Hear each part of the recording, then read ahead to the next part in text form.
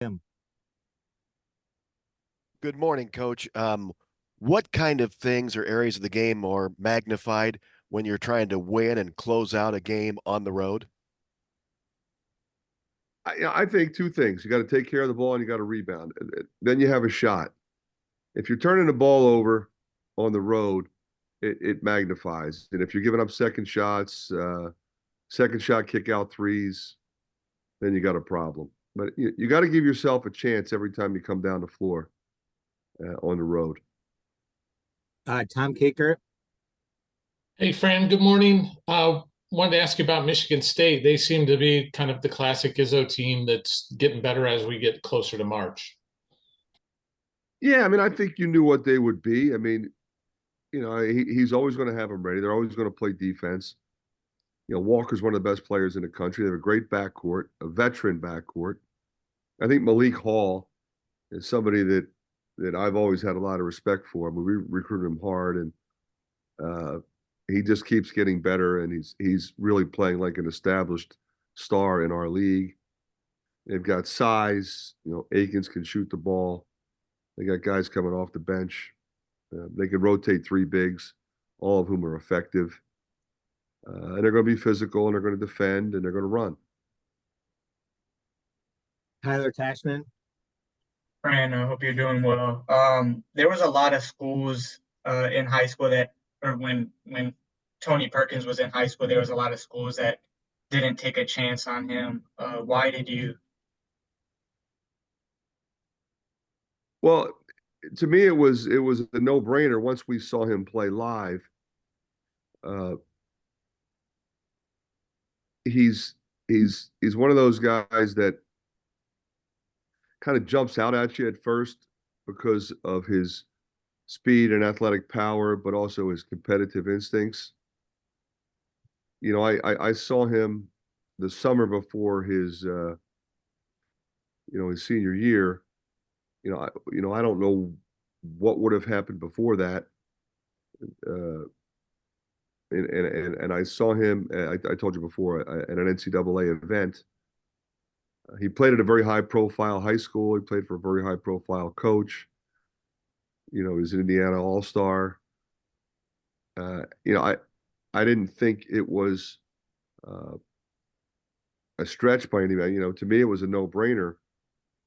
He did have a lot of recruiting attention. I think sometimes when a couple schools do pass on you, everybody thinks, well, he just wasn't recruited. He was recruited hard, but when you're from Indiana and Indiana Purdue don't recruit you, obviously that becomes a story. But others recruited him, and as I said before, he wanted to play in the Big Ten, and we said we want you, we got a spot for you, and it's obviously worked out really well for him and for us.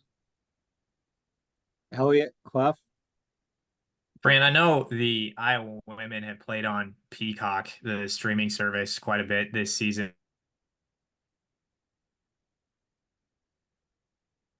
You guys will be playing on there. I guess I'm just curious as to what you're from transitioning to more traditional cable TV to some streaming service like Peacock and playing on there.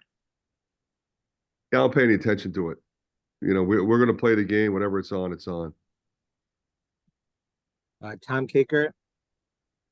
And you've had some success up in East Lansing. Couple wins up there. You almost got them last year. Has there been kind of a common theme in what you've done up there that's led to that success? I think if you have some veteran guys that have played on the road in this league, and that's obviously one of the tougher places to play. You just kind of get used to it. You have our philosophy and our style, and Tom's got his philosophy and his style. And you're going to have to make shots, but like I just said, if you turn the ball over, you look at the game Saturday.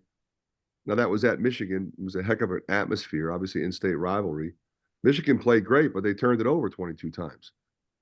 So that was pretty much the reason why they lost. 27 points off turnovers, and it was with 3 minutes to go, it was a two-possession game. So you have to be able to execute your stuff. You have to be able to rebound. You have to be able to move the ball and get good shots without turning it over. because if you turn it over against them, it turns into points. It's not like you can get your defense back. They're gone.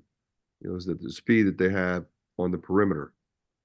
So, you know, our guys, you know, we've got a bunch of guys who have played in that atmosphere, and some who have not. So we'll see how they do. Tyler, Price shared with us on Friday that he had asked to be moved to scout team during practice and talk to you about it. Just what was your reaction to that, and how have you kind of maybe seen that help him? Well, I was impressed with his thinking. It's an aggressive way of thinking. You know, you go on the scout team and you're obviously, you know, he would be a particular guy for any team. You know, typically they're leading scorer, so he's being aggressive in practice and getting shot opportunities where he has to, you know, go off the bounce, and then, you know, go against the starting unit. And he's been terrific, not only in terms of his effort level, but his effectiveness. He just needed to get back to being aggressive. He was that way early, and then, you know, I think he was, you know, like what happens to a lot of young guys is they're just trying to come in and be solid, and we need him to be who he is, and he's better than that. He's better than just, I'm just going to come in and be solid. He's not a big mistake guy. He's a really good shooter. He can make plays for other people. He can guard his position. He rebounds the ball. He's probably close to 6'7", so he's got versatility. And I think it's really helped his confidence level, and it's been reflected in his play. Elliot, Fran, I know the game winning shot and Tony's play and Owen were kind of the highlights of the game on Saturday, but Brock coming in and filling in for Tony in that first half, I was really impressed. I guess I was looking for your thoughts on that, his ability to distribute the ball. It feels like it's been a while since he hit an open three, but he drilled one of those and really brought a ton of energy off the bench.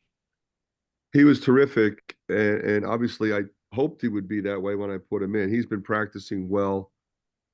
We needed exactly what he brought when I put him in. We were stagnant. Our defensive rotations were slow. They were draining threes. We were behind double digits, and we needed some juice, some energy, and he gave it to us with great plays and great enthusiasm. Got everybody else involved, and then enabled Tony to come back and do what he did in the second half. Mike, Fran, Tom Izzo just turned 69. I'm wondering how coaches who've been doing this a long time, like yourself, stay on top of everything that you have to stay on top of and adapt as well.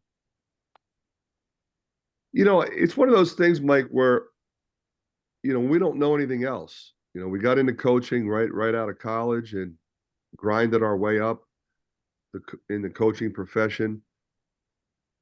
And being around young people on a daily basis keeps you young. And I don't look at my job any differently today than I did in 1983.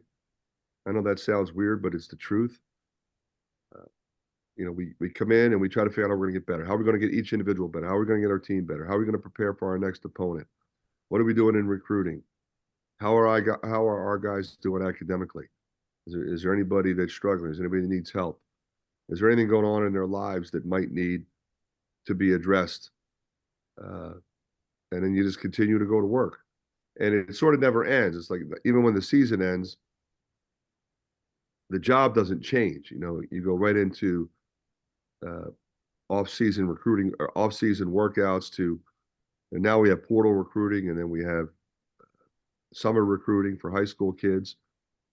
And, you know, we enjoy it, you know, so, you know, Tom loves it. He's really good at it. He has nothing more to prove. He's already in the Hall of Fame, but he's not slowing down, and he's not retiring anytime soon, and neither am I.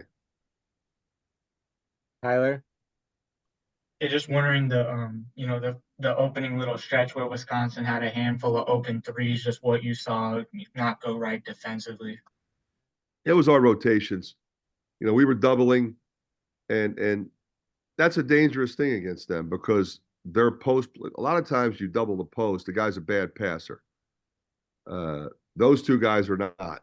You know, Crowell and Wall are not only, well, they're good. They're really good at it. So you have to be really crisp with how you rotate. And of course, they have an abundance of shooters. You know, it's not like they only have one, so you can match to him. So to their credit, you know, they made them. Sometimes they miss them, and it looks like your defense is good just because they missed, but they were open, and you know that it wasn't great defense. But we certainly picked it up as the game went on. All right, Coach. Final question will be from Elliot Clough. Fran, in talking with recruits like I do as in my job, a lot of what I hear from bigs is I was hearing a lot about Luka Garza, and I was hearing a little bit about Philip Rabracha. Now I'm hearing a lot about Owen Freeman. I'm just curious as to how much having that trilogy of guys almost back to back to back has helped your recruitment of guys who are post players.